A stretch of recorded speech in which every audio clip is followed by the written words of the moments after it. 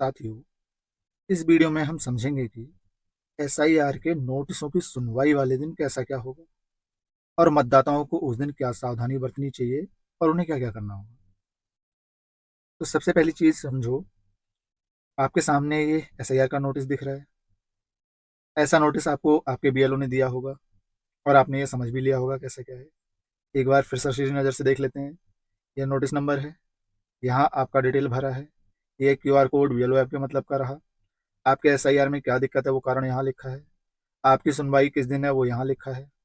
ये स्पेस खाली है, यहाँ बीएलओ अपने पेन से लिख देंगी कहाँ पर सुनवाई है, या वो आपको किसी अन्य माध्यम से बता देंगी और संभवतः सुनवाई आपके बूथ पर ही होनी है। आप यदि अपने बीएलओ से संपर्क करना चाहते हैं तो यहाँ बीएलओ का नाम और उनका फ़ोन नंबर दिया है। नीचे नोटिस जारी करने वाले अधिकारी का नाम और साइन है। नेक्स्ट पेज में एक छोटा सा नोट दिया गया है और नोट के बाद में फिर नीचे ये 12 डॉक्यूमेंट की एक लिस्ट दी है जिसमें से आपको डॉक्यूमेंट देने हैं। अब यहाँ ध्यान ये रखो कि ये जो 11 डॉक्यूमेंट हैं ये तो पूरी तरह से लागू है, लेकिन जो 12वां डॉक्यूमेंट है आधार, ये सिर्फ नाम के लिए लागू है, अन्य चीज़ों के लिए नहीं, क्योंकि इसको सपोर्टिंग डॉक्यूमेंट मांगा गया है। चुनाव आयोग ये मानता है कि आधार आपकी पहचान का प्रमाण है, नागरिकता का नहीं। तो जहां आपके नाम में विसंगति है वहां आधार चलेगा, अन्य जगहों पे आधार सपोर्टिव डॉक्यूमेंट के रूप में चलेगा। और बीएलओ ऐप में जब हम खोल रहे हैं तो वहाँ 13 डॉक्यूमेंट आ रहे हैं, यानी 12 ये हैं, इसके अलावा 13वें नंबर पे आ रहा है लास्ट एसआईआर। नीचे ये पावती रसीद है, जो बीएलओ ने आपको जब नोटिस दिया था तो ये रसीद निकाल के रख ली होगी अपने पास, नोटिस आपको दे दिया होगा। अब जिस दिन आपके नोटिस की सुनवाई है उस दिन आप जब वहाँ जाएंगे तो जैसे आप वोट डालने जाते हैं तो कमरे में टेबल पे कई सारे लोग बैठे होते हैं, वैसे ही सुनवाई वाले दिन बहुत सारे लोग बैठे होंगे। आप जब अंदर जाएंगे तो सबसे पहले आप मिलेंगे अपने बीएलओ से। आपके बीएलओ ने जो आपसे डॉक्यूमेंट लिए हैं, जो अपनी आख्या बनाई है, वो सब इकट्ठा करके एक जगह रखा हुआ है। जैसे ही आप बीएलओ से मिलेंगे बीएलओ तुरंत आपकी फाइल निकालेगी, उसमें सब कुछ देखेगी और आगे प्रोसीड कर देगी। तो अब बात ये आती है कि ये नोटिस आपको आया क्यों था, वो यहाँ पर देख लो। जो विसंगति के नोटिस हैं उनके ये 7 कारण थे और अनमैपिंग का नोटिस ये है, जो लास्ट एसआईआर से कोई मैपिंग नहीं था। आप तसल्ली से पढ़ लो इनमें क्या क्या है। अब इनके निस्तारण का समझो। यदि मतदाता के स्वयं के नाम में गलती है तो उसको मात्र एक डॉक्यूमेंट देने की जरूरत है, और अगर वो एक डॉक्यूमेंट भी नहीं देता है तो भी कोई समस्या नहीं है, सिर्फ बीएलओ की आख्या से ही इसका निस्तारण हो जाएगा। यानी नाम के मामले में सिर्फ बीएलओ की आख्या ही पर्याप्त है। और इस चीज को अभी आगे प्रोसेस में देखेंगे बीएलओ ऐप में कैसे क्या करना है, तो आप अच्छी तरह से समझ जाओगे। नेक्स्ट, यहाँ एक नोटिस है, दादा दादी नाना नानी की आयु में 40 साल से कम का अंतर। अगर आपके पास ये नोटिस है तो आपको कोई ना कोई एक डॉक्यूमेंट ऐसा देना है जो आपके दादा दादी या नाना नानी से आपका संबंध बना रहा है।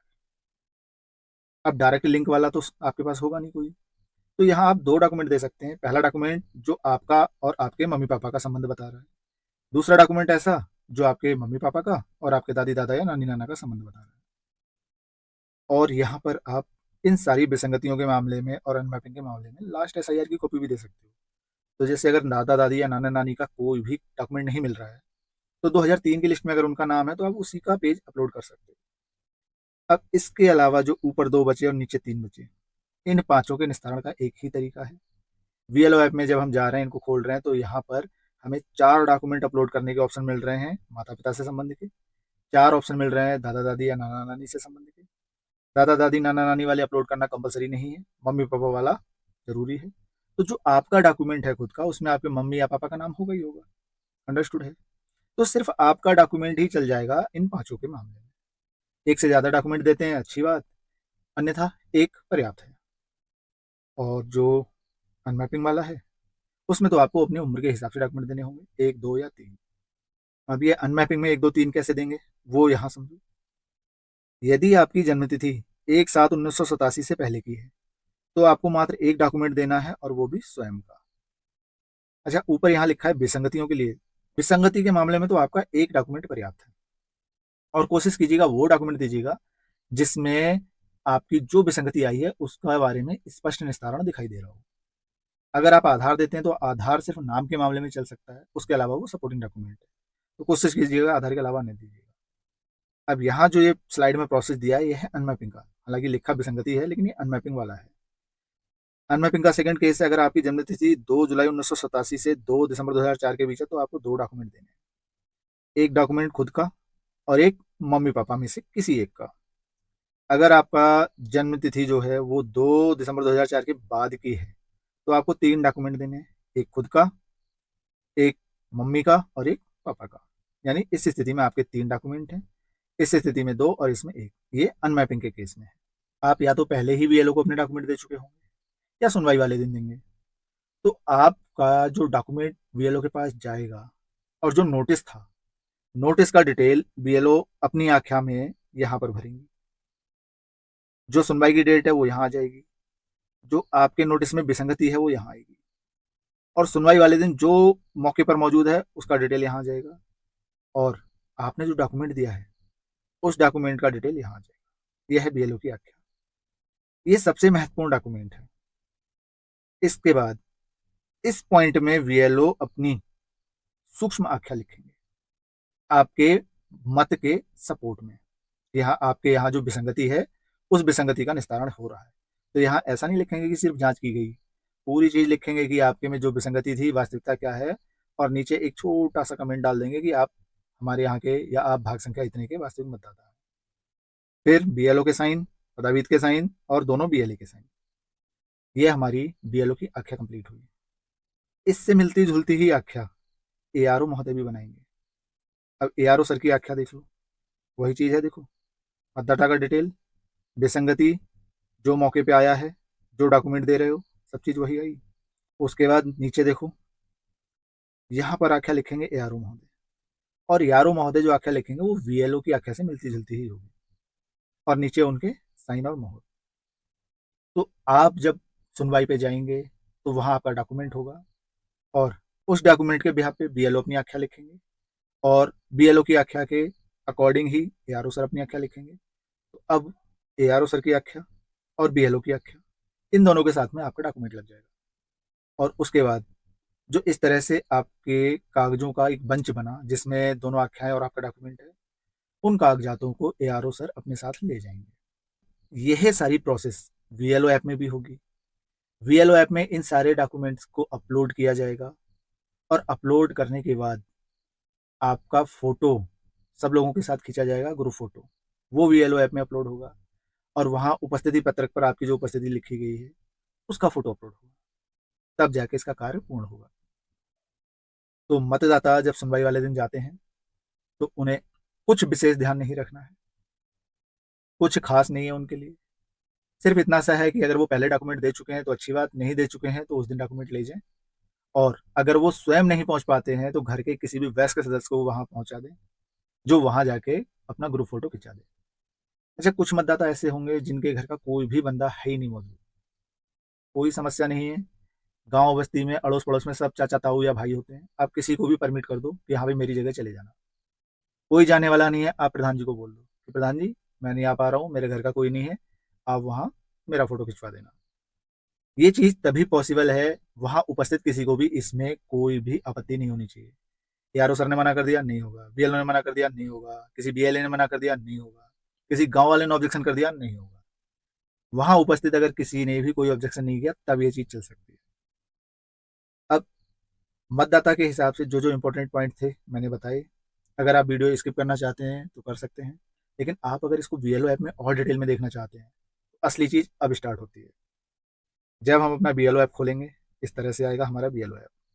यहाँ जाएंगे एसआईआर के अंदर, एसआईआर को जब क्लिक करेंगे तो हमसे भाषा चुनने के लिए बोलेगा, हम भाषा चुनेंगे और सबमिट कर देंगे। भाषा चुनने के बाद नेक्स्ट पेज हमारा कुछ इस तरह से आएगा। ऊपर है प्री ड्राफ्ट जो हमारा पहले हो चुका है, नीचे है देखो पोस्ट ड्राफ्ट। यहाँ पर हमारा अब काम चल रहा है दावे आपत्तियों का। इसमें सबसे पहले आता है मतदाता सूची। जितने मतदाताओं का एसआईआर फॉर्म भरा गया सारे यहाँ होंगे, उनके फोटो की गुणवत्ता की जांच इसमें होगी। अब जो 7 प्रकार की विसंगति बताई थी मैंने वो इसके अंदर आएंगे, जो अनमैपिंग है वो यहाँ आएंगे, जो नोटिस का वितरण किया है बीएलओ ने वो इसके अंदर, अगर कोई मतदाता ऑनलाइन डॉक्यूमेंट सबमिट करता है तो वो इसके अंदर, और सबसे लास्ट में देखो दिया है सुनवाई की फोटो और उपस्थिति अपलोड, ये सबसे लास्ट में होगा। अब अगर किसी विसंगति वाले मतदाता का सुनवाई हो रही है तो हम उनके डॉक्यूमेंट कैसे अपलोड करेंगे, उसके लिए चलेंगे मैपिंग में विसंगति। इसको खोलेंगे तो हम नेक्स्ट पेज पे पहुंचेंगे, वो कैसा दिखेगा, कुछ इस तरह से आएगा, मैपिंग में विसंगति। अब जो मतदाता हैं उनका चाहे यहाँ आप नाम लिखो, टिपिक लिखो, क्रमांक लिखो, या क्यूआर कोड से स्कैन कर लो। इसके बाद यहाँ सारे मतदाताओं की लिस्ट आ जाएगी, आप ऊपर करके इनको देख सकते हो। सुनवाई के दौरान जितने मतदाताओं के डॉक्यूमेंट अपलोड किए जा चुके हैं उनकी डिटेल ग्रीन कलर से आएगी, और यहाँ कोई डिस्क्रिपेंसी लिखी हुई नहीं आएगी, सिर्फ विवरण देखे आएगा। अब नीचे देखते हैं, जिस मतदाता का डॉक्यूमेंट अपलोड होने से रह गया है उसका देखो ग्रीन कलर नहीं है, और व्यू लॉजिकल डिस्क्रिपेंसी आ रहा है। अब अगर हम इन मतदाता का विवरण देखेंगे तो यहाँ क्लिक करेंगे, और हमें सीधे डॉक्यूमेंट अपलोड करना है तो हम यहाँ क्लिक करेंगे डिस्क्रिपेंसीज पे। यहाँ क्लिक करने के बाद हम नए पेज पे पहुंचेंगे, वो पेज हमारा कुछ इस तरह से आएगा। यहाँ देखो, हमारा सबसे पहले हमने कोई ऐसा मतदाता का डिटेल खोला जिनके नाम में दिक्कत है। अब नाम वाले में देखो, नीचे इनका 2003 का डिटेल आ रहा है, और उसके नीचे आ रहा है सामने का भाग अपलोड करें, पीछे का भाग अपलोड करें। ये जो मैपिंग है हमारी 2003 वाली, इस मैपिंग को हमने इसमें अपलोड कर देना है, सामने के भाग में, पीछे के भाग में कुछ नहीं करना है। अब देखो आगे क्या आएगा नेक्स्ट, इसको जब ऊपर करेंगे तो नीचे हमें मिलेगा सीधे कैप्चर फोटो। बीच में कोई डॉक्यूमेंट अपलोड करने की जगह बची क्या? नहीं है ना, क्यों? ये नाम वाला मैटर है। अब नाम वाले में हमने यहाँ तो 2003 की मैपिंग अपलोड कर दी, तो जो डॉक्यूमेंट हमने मतदाता से लिया है उसको हम इसमें अपलोड कर देंगे, पीछे के भाग में। तो मैपिंग और डॉक्यूमेंट दोनों अपलोड हो गए। उसके बाद हम यहाँ कैप्चर फोटो करेंगे और बीएलओ की आख्या अपलोड करेंगे। आख्या अपलोड होने के बाद इसे जमा कर देंगे। तो जैसे ही सामने का भाग अपलोड करे पे क्लिक करते हैं तो ये पॉपअप आता है। इसका क्या मतलब है? एक ही ऑप्शन है हमारे पास, फोटो खींचें या कैंसिल करें। अर्थात हम लाइव फोटो खींचेंगे अपने कैमरे से। हमारे फ़ोन में अगर कोई डॉक्यूमेंट सेव है तो हम उसको अपलोड नहीं कर सकते, फोटो ही खींचेगा, जैसे भी खींचो। तो हम यहाँ से फोटो खींचेंगे, फोटो खींच के हमारा अपलोड हो जाएगा। ये देखो, ये आई हमारी 2003 की मैपिंग, इसके अंदर अपलोड होगी। अब जो डॉक्यूमेंट है वो मैं इसके अंदर अपलोड कर दूंगा। और नीचे देखते हैं, देखो आगे दोनों चीज़ें, ये 2003 की मैपिंग आ गई, ये हमारा मतदाता का प्रविष्ट की कॉपी आ गई। 13 में से कोई भी डॉक्यूमेंट हो सकता है। और उसके बाद नीचे हमारा देखो कैप्चर फोटो आ रहा है, और अभी सबमिट नहीं आ रहा है। जब मैं यहाँ से बीएलओ की आख्या कैप्चर कर लूंगा, इस पर टिक करूंगा, तब सबमिट होगा। तो इसके बाद यहाँ देखो हमने अपलोड कर दी बीएलओ की आख्या, सही टिक किया, सबमिट हमारा डार्क हो गया। यहाँ से सबमिट करेंगे, और सबमिट होने के बाद हम वापस वहीं उसी पेज पे पहुंच जाएंगे जहाँ से हम चले थे, पोस्टेड ड्राफ्ट वाले में। यानी नाम में विसंगति वाले का हमारा डॉक्यूमेंट अपलोड हो गया। डॉक्यूमेंट अपलोड होने के बाद अब हमें मतदाता की जरूरत पड़ेगी सुनवाई के लिए। अब जाएंगे सुनवाई की फोटो और उपस्थिति अपलोड करें इसके अंदर। जब इसके अंदर जाएंगे तो हमारे पास कुछ इस तरह से पेज खुलेगा, सुनवाई की फोटो और उपस्थिति अपलोड करें। यहाँ इलेक्टर का डिटेल आएगा, सुनवाई के लिए समूह फोटो अपलोड करें इसमें। और नीचे क्या है देखो, सुनवाई के लिए उपस्थिति पत्रक यहाँ अपलोड होना है। यहाँ भी फोटो ही खींचेगा। जब मैं फाइल चुने पे क्लिक करूंगा तो यहाँ भी देखो हमारा वैसा ही आ रहा है, सुनवाई की फोटो पे फोटो खींचें। यानी मैं लाइव ही खींच सकता हूँ, मेमोरी से नहीं उठा सकता इसको। और उसके बाद कैमरे के सामने सब लोगों को खड़ा करो या बिठाओ, कुल मिला के सारे लोगों का आ जाना चाहिए। तो हमारा ग्रुप फोटो यहाँ अपलोड हो गया। ग्रुप फोटो अपलोड करने के बाद में नीचे अटेंडेंस अपलोड करनी है। देखो ऊपर ग्रुप फोटो आ गया मेरा, और नीचे वाले में ये आ गया उपस्थिति पत्रक की कॉपी अपलोड। दोनों चीज़ें अपलोड होने के बाद यहाँ से कर देंगे जमा करें। और जमा करने के बाद हम वापस वहीं पहुँच जाएंगे पोस्टेड ड्राफ्ट में जहाँ से चले थे। ये इस पेज पे आ गए। इस पेज पे आने का मतलब अब ये है कि जो नाम में विसंगति वाले मतदाता की हमने सुनवाई की थी उसके डॉक्यूमेंट भी अपलोड हो गए और सुनवाई भी हो गई। तो अब मतदाता का फोटो खींच के अब मतदाता जा सकते हैं। अगर उनके किसी फैमिली मेंबर का बच्चा है तो रुकें, अपना नेक्स्ट करवा लें। ये तो नाम वाला था। अब एक दूसरा देखते हैं, ये है पिता के नाम में अंतर वाला। अब देखो यहाँ कई सारे का प्रोसेस एक जैसा है, चाहे पिता के नाम में दिक्कत हो, चाहे 6 से ज़्यादा प्रोजनी वाला मैटर हो, और चाहे 9 महीने से कम वाली मैटर हो, या 15 साल वाला मैटर है, या 50 साल वाला मैटर है। ये 5 तरह की विसंगतियों का एक जैसा निस्तारण होगा। तरीका वही जो अभी हमने देखा 2003 की जो ये मैपिंग है, इसको हम सामने के भाग में अपलोड कर देंगे। और उसके बाद यहाँ देखो क्या ऑप्शन आएंगे नीचे, ये 2003 वाली मैपिंग है, ये मैंने इसमें अपलोड कर दी। नीचे क्या आ रहा है, संबंध का प्रमाण अपलोड करें माता पिता के साथ, दस्तावेज का प्रकार चुनें। यहाँ हम मतदाता का कोई भी डॉक्यूमेंट अपलोड करेंगे और यहाँ से चुनेंगे कि कौन सा अपलोड कर रहे हैं। यहाँ हमें 4 ऑप्शन मिलेंगे। देखो, मतदाता वाला ऑप्शन है, एक प्रकार यहाँ, एक यहाँ कर सकते हैं। अब जब मैं यहाँ से कोई सेलेक्ट करूंगा 13 में से एक, तो सामने का भाग यहाँ, अगर 2 भाग हैं तो सामने का यहाँ, पीछे का यहाँ। अगर सिर्फ एक ही पृष्ठ है, पीछे ब्लैंक है, तो सिर्फ इसमें अपलोड करेंगे, इसे खाली छोड़ देंगे। ऐसे ही दूसरा डॉक्यूमेंट है तो इसमें चले जाओ, नहीं है तो छोड़ो। एक ही जरूरी है, एक से ज्यादा नहीं। अब है कितने, 2 ये हो गए। देखो, 2 के बाद 3 और 4, 4 डॉक्यूमेंट का ऑप्शन मिल रहा है। एक करना जरूरी है। जैसे ही मैं दस्तावेज का प्रकार चुनूंगा तो मेरे दस्तावेज खुल गए। अब यहाँ गिनो ध्यान से कितने दस्तावेज हैं, 1 2 3 4 5 6 7 8, और ऊपर को करते हैं 9 10 11 12 13 है। 12वें नंबर पे आधार सपोर्टिंग डॉक्यूमेंट है, और लास्ट में लास्ट SIR। यहाँ लिखा है 25-26, लेकिन अगर आपकी 2003 की SIR है, वो भी अपलोड कर सकते हो, कोई दिक्कत नहीं। हम दस्तावेज का प्रकार चुन लेंगे और प्रकार चुनने के बाद उसको अपलोड कर लेंगे। एक है तो एक अपलोड कर लो, एक से ज्यादा है तो एक से ज्यादा कर लो। माता पिता वाले कॉलम के बाद जब नीचे को बढ़ेंगे तो संबंध का प्रमाण अपलोड करें। देखो, दादा दादी नाना नानी, लेकिन यहाँ रेड स्टार नहीं है, यानी इन 5 केसों में ये अपलोड करना जरूरी नहीं है। आप चाहें तो इसे छोड़ भी दें। और यहाँ भी हमारे वही 13 के 13 पॉइंट आ रहे हैं, कोई भी एक डॉक्यूमेंट अपलोड कर सकते हैं इन 13 में से। अगर आपके पास है करो, नहीं है मत करो, छोड़ दो। उसके बाद देखो VLO की आख्या, VLO की आख्या हमने अपलोड कर दी और सबमिट कर दिया। सबमिट करने के बाद हम वहीं पोस्ट ड्राफ्ट वाले पेज में आ गए, यानी हमारे इन 5 तरह की विसंगतियों वाले मतदाता की जो डॉक्यूमेंट अपलोड की प्रोसेस थी वो कंप्लीट हुई।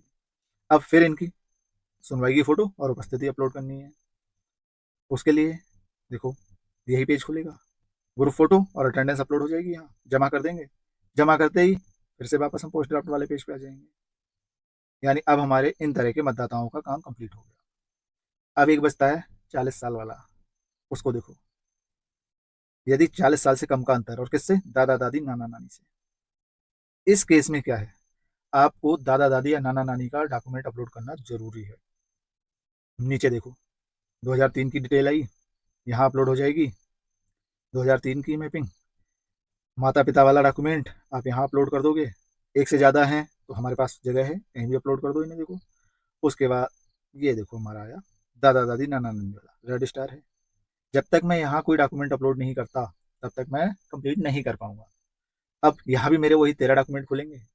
अगर कुछ भी नहीं है तो 2003 का या 2025-26 का जो भी लास्ट SIR का डिटेल है वो अपलोड कर दो। जमीन का कर दो, परिवार का कर दो, कुछ भी कर दो, जो आपके पास है 13 में से वो अपलोड कर दो यहाँ। ये अपलोड करने के बाद एक से ज़्यादा है तो ऑप्शन है हमारे पास। देखो, वही सारे खुल रहे हैं 13 के 13, ये कुछ भी अपलोड कर दो। दादा दादी नाना नानी हमें कहीं नहीं मिलेंगे तो लास्ट SIR तो मिलेगी, तो 25-26 ना सही 3 की मिल जाए वही अपलोड कर दो। अच्छा, यहाँ एक चीज़ और, कुछ लोग पूछ रहे थे पैन कार्ड। तो भाई मैं उत्तराखंड में हूँ और यहाँ ये हो रहा है एनी आइडेंटिटी कार्ड, इसके अंदर पैन कार्ड चल जा रहा है। अन्य जगहों पे क्या हो रहा है मुझे जानकारी नहीं भागी, मैं उत्तराखंड का बता रहा हूँ आपको। और एक कुटुंब परिवार है, फैमिली रजिस्टर में अपलोड हो जा रहा है, आप नेट से डाउनलोड करो और लगा दो। आपके पास कोई ज़मीन का कागज़ है तो यहाँ लगा दो एनी लैंड वाले में। डॉक्यूमेंट सेलेक्ट किया, अपलोड किया, दादा दादी नाना नानी में कंपलसरी है। उसके बाद BLO की आख्या लगाई, सबमिट कर दिया, और हमारा डॉक्यूमेंट का प्रोसेस कंप्लीट। हम आ गए फिर से पोस्ट ड्राफ्ट वाले पेज पे। फिर सुनवाई करेंगे अब इनकी। सुनवाई के लिए फिर वही ग्रुप फोटो अपलोड होना है और अटेंडेंस अपलोड होनी है। जैसे ये अपलोड करके जमा करेंगे, वापस पोस्ट ड्राफ्ट में आ गए। तो हमारे अब देखो जो 7 तरह की विसंगति थी, सातों तरह की सुनवाई हो गई। अब बचता है अनमैपिंग वाला। अनमैपिंग के लिए इसमें जाना है। अनमैपिंग वाले के लिए जब हम आगे बढ़ेंगे कुछ इस तरह से खुलेगा। देखो, बिना मैपिंग वाले ढूंढने का तरीका वही, यहाँ पर हमें मतदाता का नाम, इपिक नंबर, सीरियल नंबर कुछ भी डालो या QR कोड से खोलो, लिस्ट खुल के आई जाएगी हमारी यहाँ पूरी। अब इसमें विसंगति तो है नहीं, सीधे डॉक्यूमेंट अपलोड करना है तो अपलोड डॉक्यूमेंट पे करेंगे। अपलोड डॉक्यूमेंट पे जब क्लिक करेंगे तो हम आएंगे कुछ इस तरह के पेज पर। बिना मैपिंग वाले मतदाता, इलेक्टर का डिटेल आया। अब यहाँ हमसे कह रहा है डॉक्यूमेंट आप कितने अपलोड कर रहे हो। 1, 2, 3 या 4, मैक्सिमम 4 तक हम कर सकते हैं। हमें जितने करने हैं हम उतना लिखेंगे और गो कर देंगे। अब एक चीज़ देखो आप, जैसे ही मैंने गो किया, मुझे नीचे ऑप्शन मिला डॉक्यूमेंट अपलोड करने का। मैंने कहा मैं एक डॉक्यूमेंट अपलोड कर रहा हूँ, तो मुझे एक ऑप्शन मिल गया दस्तावेज चुनने का। नीचे सामने का भाग, पीछे का भाग, नीचे कुछ नहीं है, सीधे जमा करे पे आ गए। अब आप एक चीज़ देखो यहाँ, अनमैपिंग वाले केस में वीएलओ की आंखें अपलोड करने का ऑप्शन मिला कहीं? नहीं है ना, क्योंकि जब मैंने इसमें एक दस्तावेज अपलोड किया, ऊपर देखो कहीं कुछ नहीं है। मेरे पास दस्तावेज का प्रकार चुने और अपलोड करें, सामने का भाग, पीछे का भाग। अब यहाँ होगा ये कि मतदाता ने हमें जो दस्तावेज दिया है उसके सामने का भाग तो हम इसमें अपलोड कर देंगे और वीएलओ की आख्या हम इसमें अपलोड कर देंगे और कर देंगे जमा करें। जमा करते ही हमारा ये अपलोडिंग का काम खत्म। हम फिर पोस्ट ड्राफ्ट वाले पेज पे पहुंचेंगे और सुनवाई बचेगी। अगर मैं यहाँ 2 डॉक्यूमेंट सेलेक्ट करता हूँ तो क्या आता है वो देखो। जब मैंने 2 डॉक्यूमेंट सेलेक्ट किए, एक तो डॉक्यूमेंट का प्रकार ये आया और नीचे को बढ़ो देखो दूसरा ये आ गया, दोनों अपलोड करने हैं। यानी अब मेरे पास यहाँ 4 ऑप्शन मिल जाएंगे डॉक्यूमेंट अपलोड करने के। इसके अंदर सामने का भाग, पीछे का भाग, और ऐसे इसके अंदर भी तो सामने और पीछे होगा। मेरे पास 2 डॉक्यूमेंट हैं, मैं एक इसमें अपलोड कर दूंगा, एक इसके वाले में कर दूंगा और यहाँ वही वीएलओ की आंखें अपलोड कर दूंगा। यहाँ डॉक्यूमेंट का प्रकार देखें अगर, तो देखो वही 13 प्रकार आ रहे हैं निकल के, जो अब तक थे सब जगह 13 प्रकार आ रहे हैं। हम 13 में से कोई एक सेलेक्ट करेंगे और अपना डॉक्यूमेंट अपलोड कर देंगे। जमा करते ही हम देखो पोस्ट ड्राफ्ट वाले पेज में आ जाएंगे। पोस्ट ड्राफ्ट वाले पेज में आने के बाद हमारा जो बिना मैपिंग वाले मतदाता का डॉक्यूमेंट था अपलोड हो गया। अब इनकी सुनवाई की फोटो और उपस्थिति अपलोड करनी है। सेम तरीका वही है जो अब तक हम विसंगति में कर रहे थे। वही सुनवाई की फोटो और उपस्थिति अपलोड करें, इलेक्टर का डिटेल, समूह फोटो और उपस्थिति पत्र इनमें अपलोड कर दो और अपलोड करने के बाद कर दो जमा करें। जमा करते ही हम वापस वहीं जहाँ से चले थे, है ना। इस तरह से हमारे सारे मतदाताओं की सुनवाई होनी है, चाहे विसंगति हो और चाहे अनमैपिंग हो। आशा करते हैं अब किसी भी मतदाता को किसी प्रकार का कोई कंफ्यूजन नहीं होगा कि सुनवाई वाले दिन क्या होना है, कैसे सुनवाई होनी है, वीएलओ ऐप में क्या होना है। अगर आपको अभी भी कोई समस्या कंफ्यूजन हो तो कमेंट बॉक्स खुला है और स्वागत है आपका। बाकी वीडियो में यहाँ तक बने रहने के लिए बहुत बहुत धन्यवाद।